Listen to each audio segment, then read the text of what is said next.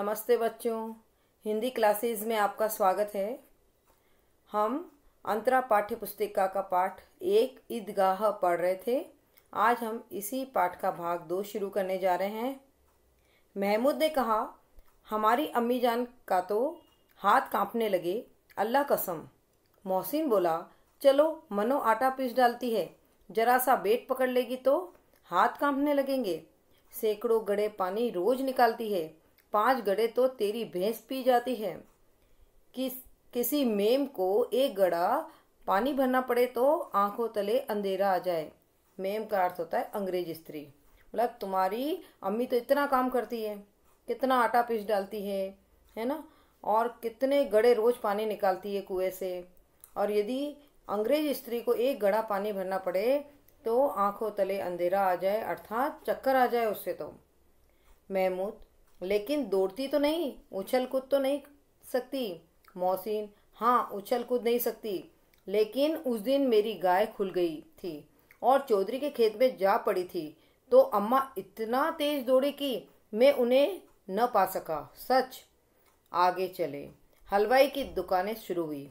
अभी बच्चे सब ईद के मेले में जा रहे हैं। आज खूब दुकानें सजी हुई थी। इतनी मिठाइयाँ कौन खाता है? देखो ना, एक एक दुकान पर मनो होगी। सुना है रात को जिन्नात आकर खरीद ले जाते हैं। जिन्नात यानी जिन आकर खरीद ले जाते हैं।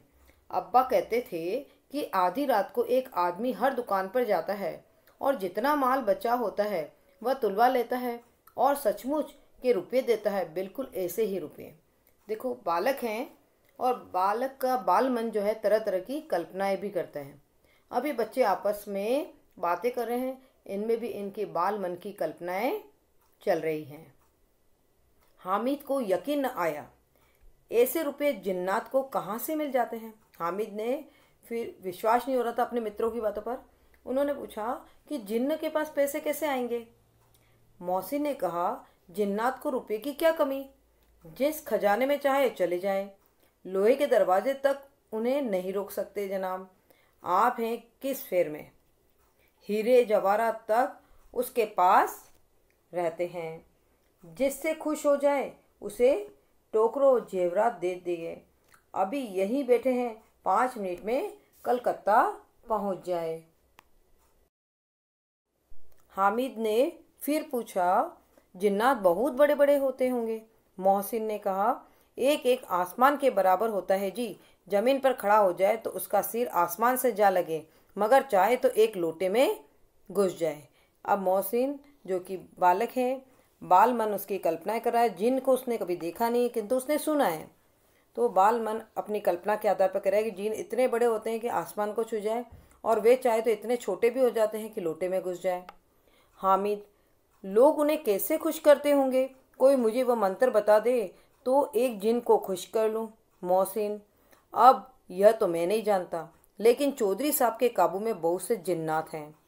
कोई चीज़ चोरी हो जाए, चौधरी साहब उसका पता लगा देंगे और चोर का नाम भी बता देंगे।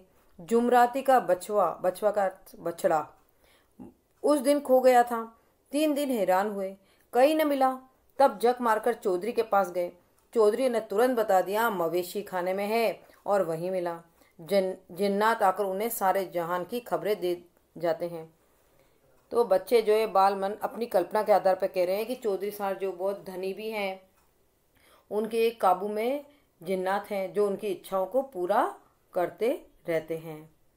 अब उसकी समझ में आया, उसकी अर्थात हामिद की समझ में आया कि चौधरी के पास इतना धन क्यों है और क्यों उसका इतना सम्मान है। आगे चलें। यह पुलिस लाइन है, यही सब कांस्टेबल कवायद करते हैं। कवायद का अर्थ होता है परेड, कांस्टेबल का अर्थ होता है कांस्टेबल यानी पुलिस। परेड करते हैं।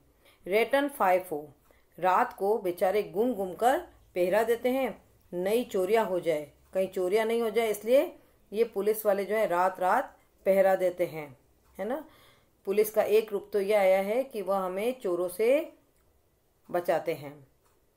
मोहसिन ने प्रतिवाद किया, और मोहसिन ने फिर इस बात का प्रतिवाद यानी विरोध किया। यह कांस्टेबल अर्थात कांस्टेबल पहरा देते हैं, तभी तुम बहू जानते हो। अजी हजरत यही चोरी कराते हैं।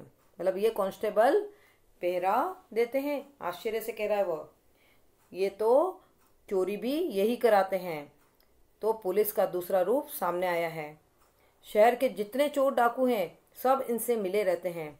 रात को ये लोग चोरों से कहते हैं चोरी करो, और आप दूसरे मोहल्ले में जाकर जागते रहो पुकारते हैं, तभी इन लोगों के पास इतने रुपए आते हैं। देखिए, फिर उसने कहा कि चोर पुलिस के जो है दो रूप होते हैं। एक तो ये कि वे घूम घूम कर पहरा देते हैं और चोरों से हमें बचाते हैं, और कुछ पुलिस वाले ऐसे होते हैं जो चोरों से मिले होते हैं और उनसे चोरी करवाते हैं और अपना हिस्सा उनसे अलग से ले लेते हैं, इसीलिए वे पैसे वाले होते हैं। मेरे मामू एक थाने में कांस्टेबल हैं, 20 रुपया महीना पाते हैं, लेकिन 50 रुपये घर बेचते हैं। अब उनका 20 रुपया महीना मिलता है उनको, किंतु घर पे 50 रुपये बेचते हैं। अल्लाह कसम, मैंने एक बार पूछा था कि मामू आप इतने रुपये कहाँ से पाते हैं? हंसकर कहने लगे, बेटा अल्लाह देता है। फिर आप ही बोले, हम लोग चाहे तो एक दिन में लाखों मार लाएं, हम तो इतना ही लेते हैं जिसमें अपनी बदनामी न हो और नौकरी न चली जाए। हामिद ने पूछा, यह लोग चोरी करवाते हैं तो कोई इन्हें पकड़ता क्यों नहीं? मोहसिन उसकी नादानी पर दया दिखाकर बोला, अरे पागल, इन्हें कौन पकड़ेगा? पकड़ने वाले तो ये लोग खुद हैं, लेकिन अल्लाह इन्हें सजा भी खूब देता है। हराम का माल हराम में ही जाता है। थोड़े ही दिन हुए मामू के घर में आग लग गई, सारी लेई पूंजी जल गई, एक बर्तन तक न बचा। कई दिन पेड़ के नीचे सोए, अल्लाह कसम पेड़ के नीचे। फिर न जाने कहाँ से 100 कर्ज तो बर्तन भाड़े आए। मतलब 100 कर्ज यानी 100 रुपये कहीं से उधार मांग कर लाए तो घर में उनके बर्तन आए। हामिद ने फिर कहा मासूमियत से, 100 तो 50 से ज़्यादा होते होंगे। मतलब देखो, गरीबी में उसने इतने पैसे देखे ही नहीं है, तो उसने कहा 100 रुपये 50 रुपये से ज़्यादा होते हैं। कहाँ 50, कहाँ 100। 50 एक थैली भर होता है, 100 तो 2 थैलियों में भी न आए। अब बस्ती घनी होने लगी। ईदगाह जाने वाले की टोलियां नजर आने लगी, एक से एक भड़कीले वस्त्र पहने हुए। कोई इक्के तांगे पर सवार, इक्के तांगे का अर्थ होता है घोड़ा गाड़ी पर सवारे, कोई मोटर पर। सभी इत्र में बसे हैं और कपड़ों पर इत्र भी लगा रखा है, सुगंधित पदार्थ होता है इत्र। सभी के दिलों में उमंग है। ग्रामीणों का यह छोटा सा दल अपनी विपन्नता से बेखबर, विपन्नता का अर्थ होता है गरीबी, संतोष और धैर्य में मगन चला जा रहा था। बच्चों के लिए नगर की सभी चीजें अनोखी थी। जिस चीज की ओर ताकते ताकते ही रह जाते, ताकते का अर्थात देखना, और पीछे से बराबर हॉर्न की आवाज होने पर भी न चेतते अर्थात होश में नहीं आते। मतलब सजी धजी चीजें उन्हें इतनी आकर्षित करती कि वह उन्हें देखते ही रहते। हामिद तो मोटर के नीचे जाते जाते बचा। सहसा ईदगाह नजर आया। ऊपर इमली के घने वृक्षों की छाया है, नीचे पक्का फर्श है जिस पर जाजिम बिछा हुआ है, और रोजेदारों की पंक्तियां एक के पीछे एक न जाने कहाँ तक चली जाती हैं। पक्की जगत के नीचे तक, पक्की जगत का नीचे यानी कुएं का जो ऊंचा चबूतरा है उसके नीचे तक, जहाँ यहाँ जाजिम भी नहीं है। एक आने वाले आकर पीछे की कतार में, नए आने वाले आकर पीछे की कतार में खड़े हो जाते हैं। आगे जगह नहीं है। यहाँ कोई धन और पद नहीं देखता। इस्लाम की निगाहों में सब बराबर हैं। इन ग्रामीणों ने भी वजू किया। वजू का अर्थ होता है नमाज पढ़ने से पहले हाथ पांव धोना। तो इन जो ग्रामीण लोग जो आए थे, इन्होंने भी नमाज पढ़ने से पहले हाथ पांव धोए और पिछली पंक्ति में खड़े हो गए। कितना सुंदर संचालन है, कितनी सुंदर व्यवस्था।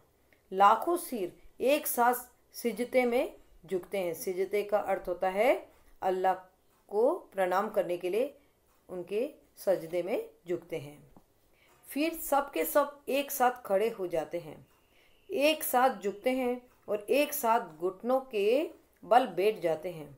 कई बार यह क्रिया होती है जैसे बिजली के लाखों बत्तियां एक साथ प्रदीप्त हो। प्रदीप्त का अर्थ होना है जलना। एक साथ प्रदीप्त हो और एक साथ बुझ जाए, मतलब एक साथ जलती है और एक जैसे बुझ जाए, यही क्रम चलता है। कहने का मतलब ये लोग सब जब नमाज पढ़ते हैं तो इनका जो व्यवस्थित जो क्रम है, क्रिया करने का जो क्रम है, वह ऐसा लगता है मानो एक साथ कई बत्तियां जो है जलती है और एक साथ ही बुझती है, अर्थात एक साथ खड़े होते हैं, एक साथ झुकते हैं, यही क्रम चलता रहे। कितना अपूर्व दृश्य। अपूर्व का अर्थ होता है अद्भुत दृश्य है, जिसकी सामूहिक क्रियाएं विस्तार और अंतता। अंतता का अर्थ होता है अंतहीन। हृदय को श्रद्धा, गर्व और आत्मानंद। आत्मानंद का अर्थ है आत्मा को मिलने वाला आनंद से भर देती है। मानो भ्रातृत्व का एक सूत्र इन समस्त आत्माओं को एक लड़ी में पिरोए हुए है। देखिए, इस पंक्ति का आशय है कि नमाज अदा करते समय सभी मुसलमान सुव्यवस्थित ढंग से सारी क्रियाएं करते हुए ऐसे लग रहे थे जैसे माला में धागा पिरोया हुआ रहता है। उसी प्रकार वे भी आपस में भाईचारे की भावना से जुड़े हुए दिखाई दे रहे थे। भ्रातृत्व का अर्थ होता है भाईचारा। सूत्र का अर्थ होता है धागा। नमाज खत्म हो गई है, लोग आपस में गले मिल रहे हैं, तब मिठाई और खिलौने की दुकानों पर धावा होता है। ग्रामीणों का यह दल इस विषय में बालकों से कम उत्साही नहीं है। यह देखो हिंडोला है। हिंडोला का अर्थ होता है झूला। एक पैसा देकर चढ़ जाओ, कभी आसमान पर जाते हुए मालूम होंगे, कभी जमीन पर गिरते हुए। यह चरखी है। चरखी भी एक तरह का झूला ही है, लकड़ी का। यह चरखी है। लकड़ी के हाथी, घोड़े, ऊंट छड़ों से लटके हुए हैं। एक पैसे देकर बैठ जाओ और 25 चक्रों का मजा लो। महमूद और मोहसिन और नूरे और सिम्मी इन घोड़ों और ऊंटों पर बैठते हैं। हामिद दूर खड़ा है, 3 ही पैसे तो उसके पास हैं। अपने कोष का 1/3 जरा सा चक्कर खाने के लिए नहीं दे सकता। हामिद जो कि गरीब है और गरीबी ने उसे कम उम्र में ही समझदार और परिपक्व बना दिया है, इसीलिए वह सोचता है कि मेरे पास 3 पैसा ही तो है और उसमें 1/3 पैसा इस पे मैं एक छोटे से चक्कर पे मैं खर्च नहीं कर सकता। सब चरखियों से उतरते हैं। अब खिलौने लेंगे। इधर दुकानों की कतार लगी हुई है। तरह तरह के खिलौने हैं। सिपाही और गुजरिया। गुजरिया क्या होता है? रागिनी, गाने वाली। राजा और वकील। भिस्ती। भिस्ती जो मशक से पानी देता है या मशक द्वारा पानी ढोने वाला जो व्यक्ति होता है, वह भिस्ती कहलाता है। और धोबिन और साधु, ये सारे खिलौने मिट्टी के खिलौने हैं। वाह, कितने सुंदर खिलौने हैं। अब बोला ही चाहते हैं, मतलब उन खिलौनों को देखकर ऐसा लगता है मानो अब बोलने लगेंगे। महमूद सिपाही लेता है, खाकी वर्दी और लाल पगड़ी वाला, कंधे पर बंदूक रखे हुए। मालूम होता है कि अभी कवायद के लिए चला आ रहा है। और मोहसिन को भिस्ती पसंद आया। कमर झुकी हुई है, ऊपर मशक रखे हुए है। मशक का मुंह एक हाथ से पकड़े हुए है। कितना प्रसन्न है, शायद कोई गीत गा रहा है। बस मशक से पानी उड़ेला ही चाहता है, मतलब उसे देखकर ऐसा लगता है मानो वह मशक से पानी उड़ेलना ही चाहता है। नूरे को वकील से प्रेम है। कैसी विद्वता है उसके मुख पर। काला चोंगा। काला चोंगा का अर्थ होता है लंबा कोट। चोगा का अर्थ होता है लंबा कोट। नीचे सफ़ेद अचकन और कोट के अंदर सफ़ेद कलीदार वस्त्र जो होता है वह अचकन कहलाता है। और उस कोट के नीचे सफ़ेद अचकन। अचकन के सामने की जेब में घड़ी, सुनहरी जंजीर, एक हाथ में कानून का पोथा लिए हुए। मालूम होता है अभी किसी अदालत से जिरह या बहस किए चले आ रहा है। यह सब 2-2 पैसे के खिलौने हैं। हामिद के पास कुल 3 पैसे हैं। इतने महंगे खिलौने वह कैसे ले?